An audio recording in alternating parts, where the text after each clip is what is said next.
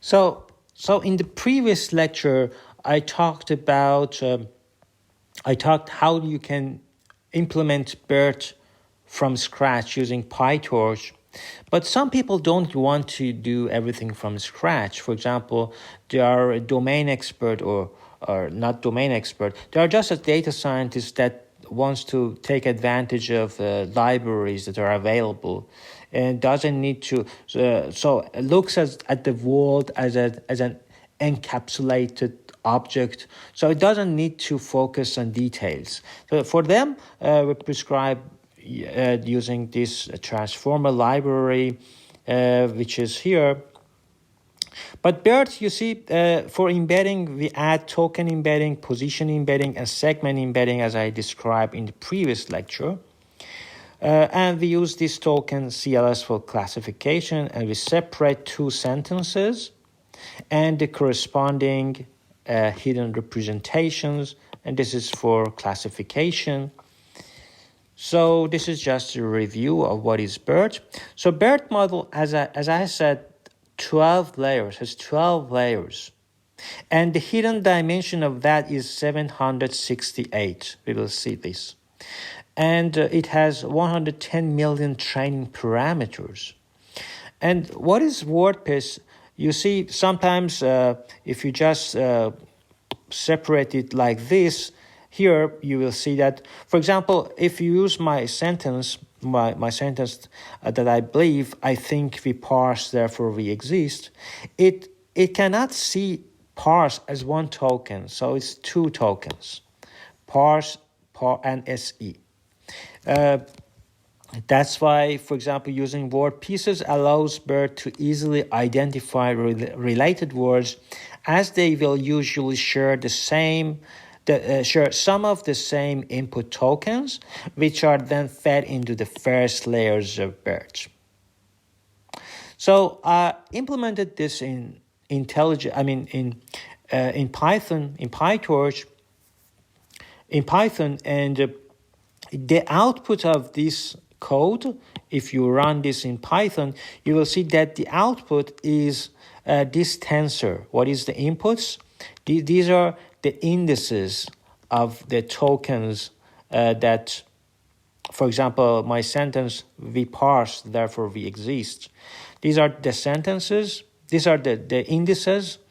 And if you have seen my projects, I always use torch text for several reasons that I've explained. So we have also attention mask and token type IDs. And so a longer sentence, for example, first you're using transformer library, you're using BERT model, and BERT config, you use it. BERT config, if you need to use all hidden hidden states of all layers, you use config, and also some other configurations that you may need. But you will give it to tokenizer, and the tokenizer just gives you the indices, nothing else. Here is another example, but a longer sentence. So if you use a longer sentence, I mean adding I think to the V part, therefore we exist. So you see that everything is the same. 101 is 101. So 101 is CLS token, classification token. And 102 is separation token. That's why you have in both sentences, the short sentence and the long sentence, we have both of them. So you can decode that. You understand that I think is this. So I has in this index of that, and think has the next index. So you see that it creates indices. So the tokenizer creates indices. So as I said, what is CLS and separators? CLS is 101, separator is 102, and the remaining are just, for example, it doesn't take parse as one word, parse, so it's two tokens now. And so we are converting IDs to tokens to know what are each tokens for each index that we say. So if you use this transformer library, you may ask me, hey, what is the difference between BERT model and BERT for pre-training? Which one should I use?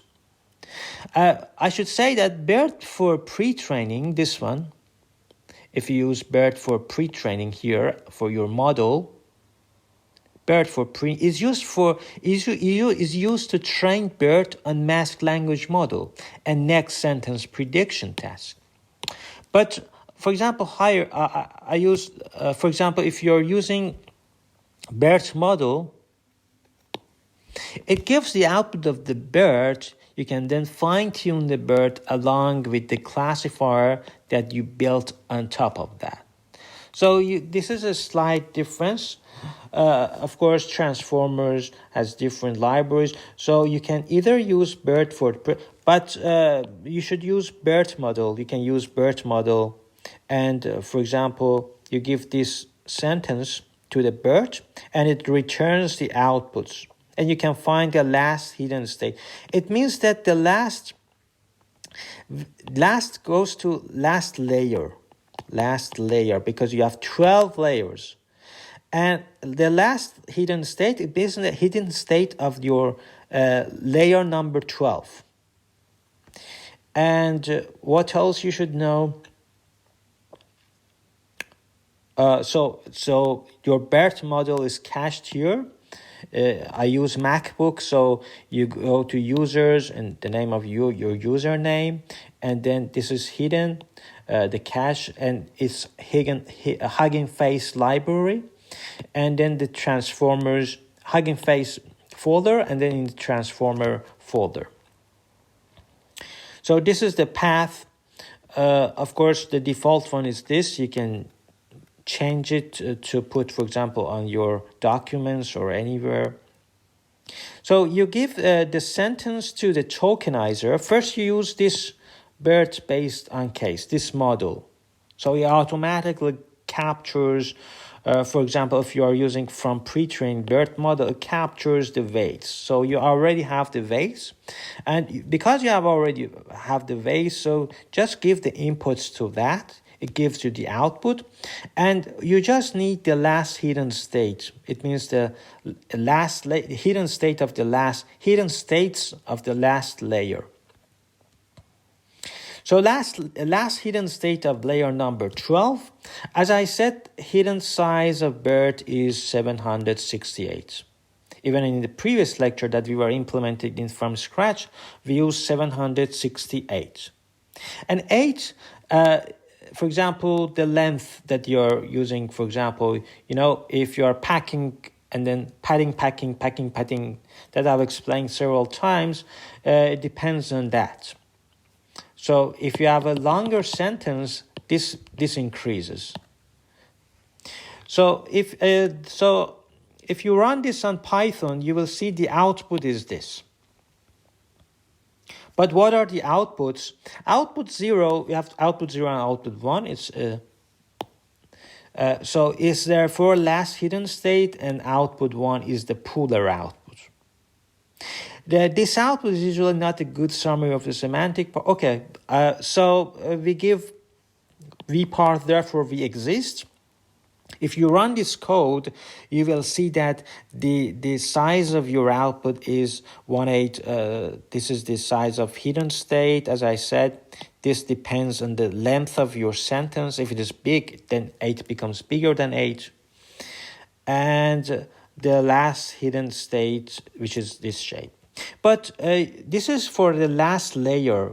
We have 12 layers. This is for the last layer. But you may ask me, oh wait, what if I want hidden states of all 12 layers of BERT? I will reply that you should use the config. BERT config. As I said, you import BERT config because you have already import auto tokenizer and BERT model. You just add, you just import BERT config as well, and you create a config from that, and you put this config inside here. And if you say, for example, if in your config you can have many parameters, as you've seen here, there are lots of things that you can adjust. If you add output hidden states is true, you're saying to the BERT that I want all hidden states of all layers, layer 1, layer 2 till layer 12. So you get all of them. And if you print this in Python, I always implement everything in IntelliJ. I love IntelliJ. And so the output is this. Last hidden state, the same thing. And last hidden states of all outputs. Of course, it is much longer than this. Now for a longer sentence, I add I think to the V parse, therefore we exist. Longer sentence, you will see that becomes bigger, 10 instead of 8, for example. But the hidden state dimension is the same, 768. And so there are other things that you can do. You can use, here, for example, you're using mask language model. You mask one, for example, the capital of France is, then use mask. And if you give this, if you get the logics of that, you will see that if you decode this predicted token, it's Paris. So instead of mask, is with high probability it is Paris. And this is interesting. You can also get the loss from that as well. You can also use it for next sentence prediction. For example, this is the first sentence and this is your second sentence. Then you can see what is the probability if this is the next sentence or it's just a random thing. You can do many things with BERT. If you read this, I've explained some parts of this the documentation of this is a really amazing company, which is open source. You can create an account and upload your model parameters, share your model parameters, your documentation with everything you have with the world, because sharing is caring, and that's it.